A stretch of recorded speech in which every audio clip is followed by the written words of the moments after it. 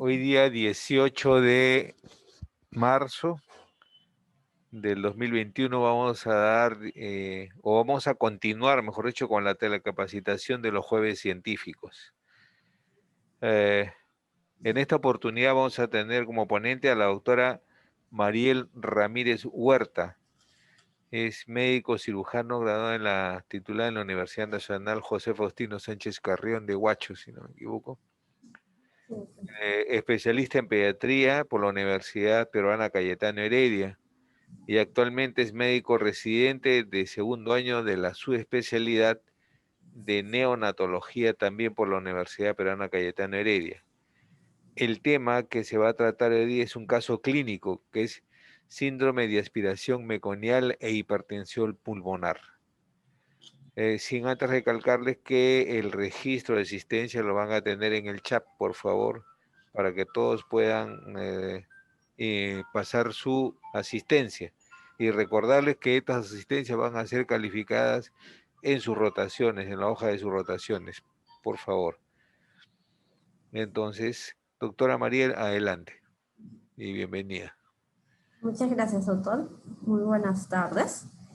Efectivamente, el día de hoy vamos a exponer un caso clínico que llegó a nuestra unidad de neonatología de acá de nuestro Instituto Nacional de Salud del Niño de San Borja. El caso clínico corresponde a un paciente con síndrome de aspiración meconial e hipertensión pulmonar. Entonces tenemos los antecedentes. Antecedentes prenatales, donde la mamá es una mamá de 36 años. Este bebé era producto de su cuarta gestación, controlada, tenía 8 controles prenatales, serológicos negativos, y tenía como antecedentes haber sido hospitalizada 4 días en su hospital de referencia con una sospecha de pancreatitis, que por cierto este diagnóstico finalmente se llegó a descartar. Tenemos como antecedentes natales, este bebé nació en un parto eutóxico con una edad gestacional de 38 semanas, un peso de 3 kilos 30, un Apgar de 8,9, que es un buen Apgar. Las características del líquido amniótico que describieron fueron meconial intermedio y no requirió maniobras de reanimación. Entonces, perdón, doctora, disculpe, por favor, ¿alguien tiene el micro abierto? Por favor, si lo puede cerrar. Continúe nomás, doctora, gracias. Ok, gracias, doctor. Esto corresponde a la evolución de este bebé en el hospital de referencia, ¿no? Entonces nos reportan que al primer día de vida, este bebé inicia con distrés respiratorio ya desde los primeros minutos. Incluso se reportan que hubieron 2 episodios de desaturación y cianosis, por lo que inicia oxigenoterapia por casco cefálico. Se le piden exámenes, encuentran una acidosis respiratoria, se le toma exámenes de laboratorio y en realidad, bueno, no se le encuentra ahí algo patológico, pero sí el tema respiratorio, ¿no? Se encuentra en la unidad de intermedios, inicialmente con CPAP burbuja, pero el paciente continúa todavía desaturando, incluso llega a tener una desaturación súbita por la que pasa a la unidad de cuidados intensivos de dicho hospital, donde luego se procede a intubarlo, pasa a ventilación mecánica invasiva, se le toma una radiografía de tórax y pues lo que observan en este paciente es lo que podemos observar ahí.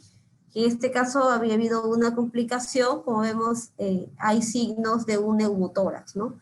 Uno, consideremos los antecedentes de este paciente en inicio que el líquido amniótico al nacimiento había sido meconial intermedio.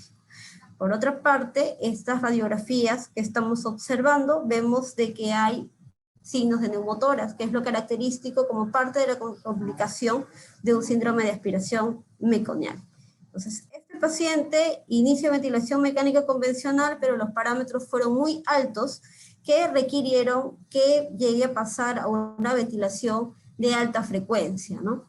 El paciente presenta una descompensación hemodinámica, el neumotórax llega a disminuir o a resolverse, se retira el tubo de drenaje torácico y se hace un ecocardio, porque recordemos que este paciente había tenido un episodio brusco de cianosis. Por una parte podría ser por el tema del neumotórax como complicación del síndrome de aspiración meconial, Pero por otra parte también hay que ver que dentro de lo que es la fisiopatología del síndrome de aspiración meconial podría haber un cuadro de hipertensión pulmonar, y lo característico es esto, ¿no? Que haya una cianosis brusca que requiera mayores porcentajes de oxígeno, es decir, mayores FiO2, y que de todas maneras el paciente presenta desaturación y cianosis, ¿no?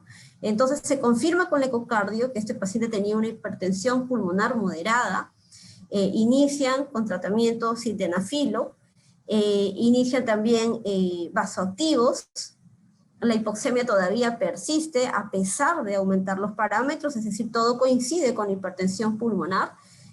Cambian el tubo endotraqueal y se dan con la sorpresa que justo encuentran el tapón de meconio, ¿no? Confirmando el diagnóstico del síndrome de aspiración meconial. Con el cambio de tubo mejora la saturación. Sin embargo, viendo el índice oxigenatorio, que en este caso viene a ser un valor representativo y que nos ayuda a ver qué grado de insuficiencia respiratoria tiene este paciente, pues tiene un índice oxigenatorio que es mayor de 25, no estamos hablando que es un paciente que tiene una insuficiencia respiratoria ya de moderada a severa, y entonces requiere la posibilidad de uso de óxido nítrico, por lo que es referido a nuestra institución. Entonces ingresa el paciente con nosotros a los 2 días de vida, ingresa en mal estado general, ventilación, en este caso recibiendo ventilación a presión positiva, muy pálido, ingresa con signos de shock. Como podemos observar, es un paciente a término, el 2.º día de vida, y tiene una presión arterial de 42/13, una PAM de 24, que quiere decir que está con una presión por debajo de su percentil 5, ¿sí? de 50, ¿no? Está correspondiendo a un cuadro de shock, ¿no? Viene recibiendo su tratamiento antibiótico por descartar una sepsis, y estaba recibiendo también sus vasoactivos por el shock, ¿no? Entonces los diagnósticos de ingreso a nuestra institución son recién nacido de 38 semanas, adecuado para la edad gestacional, una insuficiencia respiratoria por un síndrome de aspiración meconial, un shock multifactorial, una hipertensión pulmonar moderada y una sepsis neonatal probable, ¿no? Entonces, ingresa a nuestra institución inicialmente con ventilación mecánica invasiva. Como podemos observar, los parámetros son altos, se maneja el shock, tanto con vasoactivos como también bolos de salino, y por otra parte también vamos con la parte de la pseudoanalgesia, que también es importante, y tomamos la radiografía de tórax, donde podemos observar de que se ve un patrón difuso bilateral característico de un síndrome de aspiración meconial. Observamos también que hay una hipoinsuflación pulmonar también, ¿no? Entonces, parámetros altos ventilatorios dentro de lo que es ventilación mecánica invasiva, más lo que vemos un patrón de hipoinsuflación pulmonar, esto significa que deberíamos pasar a otro tipo de ventilación, que es la ventilación de alta frecuencia, ¿no? ¿Cuál es la finalidad de ingresar a este tipo de ventilación? Aumentar, es decir, que hay una mayor hiperinsuflación pulmonar en el paciente. Entonces le tomamos los exámenes de laboratorio y como ven, vemos de que los reactantes de fase aguda, la procalcitonina se encuentra alta, ¿sí? Ya estaba con tratamiento antibiótico por sepsis probable, vemos que hay trastornos de coagulación, vemos y por tanto, pues damos tratamiento a ello con transfusión de plasma fresco y vitamina K. Todavía continuamos con el manejo del shock. Vemos también que tiene una acidosis metabólica, la que fue tratada también en ese momento, y a las 48 horas de vida inicia ventilación de alta frecuencia, como podemos observar ahí también con parámetros altos. Calculamos el índice oxigenatorio, y el índice oxigenatorio se encontraba en 20. Entonces, como podemos observar acá, van a haber distrés respiratorios que se van a asociar a hipertensión pulmonar. Y si vemos desde el punto de vista de porcentaje, el que ocupa el mayor porcentaje dentro de las patologías con distrés respiratorio que se asocian a hipertensión pulmonar es el síndrome de aspiración meconial, como en el caso de nuestro paciente, ¿no? En el caso de la aspiración de meconio, lo que va a ocurrir es que va a haber una obstrucción de la vía aérea, va a haber una disfunción del surfactante. ¿Por qué razón es? Porque este meconio va a provocar la inactivación de ese surfactante, ¿no? Que viene a ser la sustancia, pues, que va a ayudar a que no haya colapso alveolar. Entonces, en estos pacientes hay una inactivación de este surfactante. También hay una inflamación pulmonar, lo que va a generar en el paciente que hay hipoxia, que hay acidosis, y estos van a ser condicionantes a que haya un aumento de la resistencia vascular pulmonar, por tanto va a haber hipoflujo pulmonar y pues genera una hipertensión pulmonar. ¿Ya? Entonces, dijimos que este paciente entraba a una ventilación de alta frecuencia, pero ¿por qué razón elegimos pasarlo a ventilación de alta frecuencia? Ya habíamos mencionado que por una parte era por los altos parámetros que teníamos en ventilación mecánica convencional, pero por otra parte también la ventilación de alta frecuencia lo que nos va a ayudar es que va a disminuir las posibilidades de que haya barotrauma, ¿ya? Y que también se ha visto que el usar este tipo de ventilación tiene una mejor respuesta vasodilatadora cuando a su vez se utiliza óxido nítrico. ¿Por qué mencionamos esto? Porque hemos visto que es un paciente que desde que ingresó con índices oxigenatorios altos, con posibilidad de ingresar a óxido nítrico, ¿no? ¿Qué es lo que es el óxido nítrico? Viene a ser una sustancia vasodilatadora, ¿no? Lo que ocurre con nuestro paciente es que justamente porque van a estar disminuidas las sustancias vasodilatadoras, llamamos el óxido nítrico, o que de repente haya bajas cantidades de oxígeno, es lo que genera aumento de la resistencia vascular pulmonar, ¿no? Entonces, para ello es necesario que se pueda dar como tratamiento ventilación de alta frecuencia y óxido nítrico, ¿no? Por otra parte, la ventilación de alta frecuencia también ayuda a un mayor reclutamiento pulmonar, es decir, una mayor hiperinsuflación pulmonar. También se requiere, cuando se ingresa a la ventilación de alta frecuencia, presiones altas o volúmenes garantizados altos para poder barrer ese CO2 y mantenerlo en valores debajo de 60, ¿no? No, doctor, un ratito. Alguien está con el micrófono abierto, por favor, si lo pueden cerrar. Ya, doctor, adelante, gracias. Gracias, doctor. Entonces dijimos que en el caso de la ventilación de alta frecuencia lo que nos va a ayudar es a tener un mayor reclutamiento pulmonar, siempre considerando de que este reclutamiento va a hacer que logremos la expansión de 8 o 9 costillas dentro de una radiografía de tórax, y también va a ayudar a que se evite que haya hipoxia, que haya hiperoxia, y a mantener el oxígeno en niveles dentro del rango fisiológico normal, ¿no? Entonces seguimos con el paciente, ¿no? Se encuentra ya en su tercer día de vida, está todavía con ventilación de alta frecuencia, vemos que todavía los parámetros son altos y vemos el índice oxigenatorio aumentó. Quiere decir que la insuficiencia respiratoria es mayor. Entonces, había que colocar surfactante. Dijimos hace un momento que dentro de la fisiopatología, en lo que respectaba a lo que es el síndrome de aspiración meconial, había una inactivación del surfactante. Entonces decidimos colocar surfactante al paciente con la finalidad de que haya mayor reclutamiento alveolar, ¿no?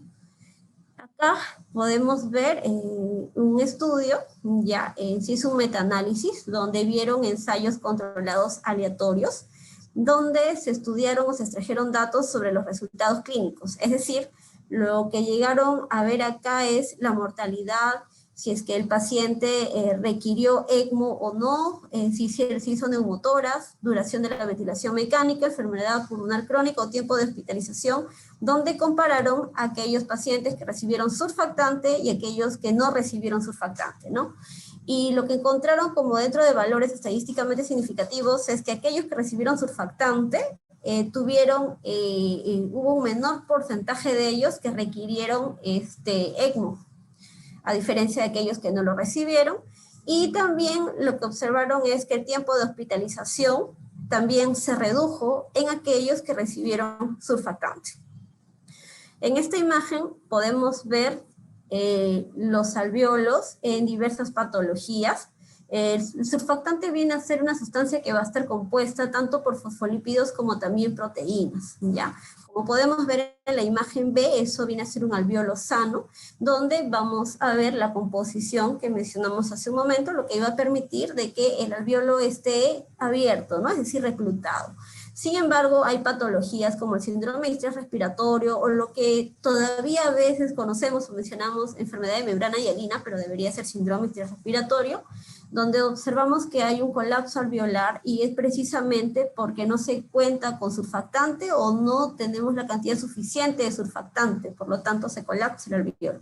En el caso del ARS y del síndrome de aspiración meconial, lo que va a ocurrir es una inactivación del surfactante, ¿no? ¿Por qué? Porque vamos a encontrar detritus, entre otros componentes que van a provocar a que el surfactante se inactive, y entonces esto va a provocar que no haya un buen intercambio gaseoso, ¿no? Acá podemos ver a través de estas características de estos estudios que cuando recomendamos surfactante, en el caso de un paciente que tiene secundaria un síndrome de aspiración meconial, ¿ya? Y lo recomendable es utilizarlo cuando el paciente tiene índices oxigenatorios mayor a 15, como fue este paciente, lo más precoz posible, idealmente antes de las 6 horas de vida, ¿no? Entonces, administramos surfactante al paciente, ¿ya? Y luego iniciamos óxido nítrico, porque como vimos tenía un índice oxigenatorio que era alto, es decir, mayor de 25. Entonces administramos el óxido nítrico y lo que observamos pues es que hubo una mejoría, le tomamos un siguiente gas donde ya observamos que pues el CO2 había disminuido, ¿sí? El índice oxigenatorio mejoró, es decir, estaba resultando el óxido nítrico. Tomamos una placa radiográfica donde podemos ver que hay una mayor hiperinsuflación pulmonar, incluso algo más, por tanto estamos viendo que hay una herniación pulmonar, pero esto pues es manejado bajando algunos parámetros, como por ejemplo la MAP. Entonces, ¿cuándo usamos óxido nítrico? Nuestra institución cuenta con óxido nítrico, ¿ya? Precisamente por eso este paciente fue referido a nuestra institución. Nosotros, el servicio de neonatología, contamos con nuestra guía de procedimientos de óxido nítrico, donde vamos a ver, de acuerdo a algunas características, qué paciente es el candidato que pueda recibirlo, ¿ya? Entonces, ¿cuáles son las indicaciones absolutas de recibir óxido nítrico? Uno, que el paciente sea mayor a 34 semanas, lo cual cumple este paciente, en un paciente a término, que tenga una falla respiratoria hipoxémica grave, es decir, índices oxigenatorios mayor a 25, ocurrió lo mismo con este paciente, como vimos tenía 28 de índice oxigenatorio, y que haya una evidencia de hipertensión pulmonar, que podría estar diagnosticada, uno, viendo la presión arterial de oxígeno postductal menor de 60, una diferenciación también de la presión arterial de oxígeno preductal superior a 15. Recordemos cómo es que tenemos que tomar la presión preductal y postductal. Cuando hablamos de preductal, hablamos que es el territorio que se va a encontrar a nivel superior anterior derecho, ¿ya? Desde el hemitórax hacia lo que es el miembro superior derecho, es decir, vamos a tomar un examen de gases, por ejemplo, a nivel radial derecho, ¿no? Y el territorio postductal está calificado desde la región del abdomen hacia los miembros inferiores. En este caso es un neonato, entonces podríamos ver la diferenciación de esas presiones arteriales pre- y postductal tomando en la arteria radial derecha, preductal, y podríamos tomar también el gas en lo que es el catéter umbilical, ¿no? Entonces, si nosotros vemos de que hay una diferencial ahí mayor de 15, estaríamos sospechando de que puede haber una hipertensión pulmonar. Pero por otra parte, también podríamos tomar la saturación de oxígeno, ¿ya? Preductal también, miembro superior derecho, y la saturación a nivel, por ejemplo, del piecito, y si es que esta tiene un diferencial mayor, en este caso de 15 milímetros de mercurio en la presión arterial de oxígeno, también nos lleva a sospechar de que ese paciente tiene hipertensión pulmonar, ¿no? Y otra forma de poder evidenciar la hipertensión pulmonar es a través de un examen por ecocardiografía doble, ¿no? Entonces, este paciente iba a ingresar a óxido nítrico, pero para poder iniciar el óxido nítrico, como bien lo dice nuestra guía de óxido nítrico dentro de nuestro hospital, había que tomar medidas generales previo al inicio de óxido nítrico. Reclutamiento alveolar, lo hicimos porque iniciamos ventilación de alta frecuencia.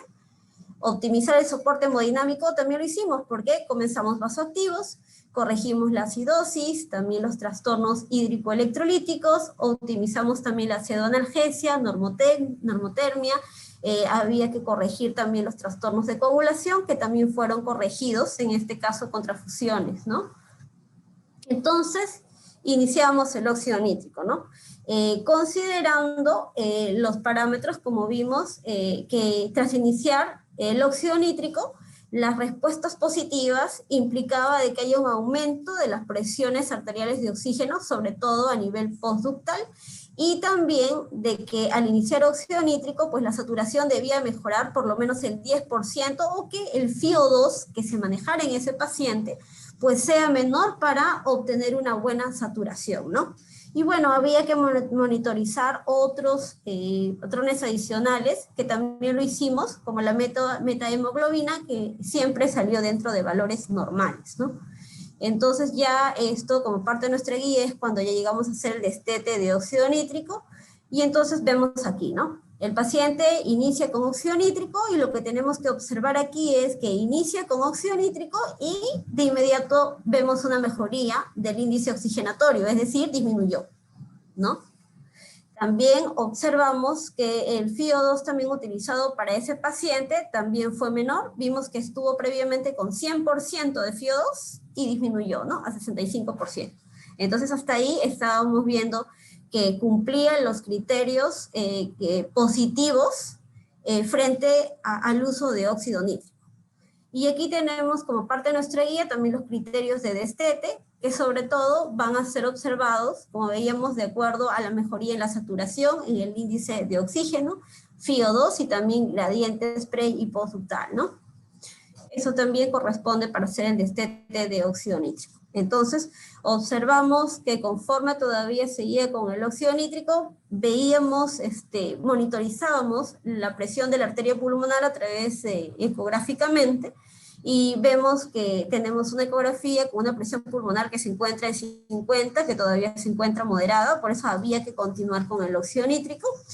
Vemos que tras el uso de pues mejoraban los valores de lo que respecta al FiO2, es decir, disminuían los requerimientos, disminuían los parámetros también ventilatorios, controlábamos con placas radiográficas para poder ver que no haya más insuflación de la que quisiéramos, y de esta forma vamos monitorizando de que tras el uso de este vasodilatador, pues iban mejorando los índices oxigenatorios y FiO2, como habíamos mencionado, ¿no?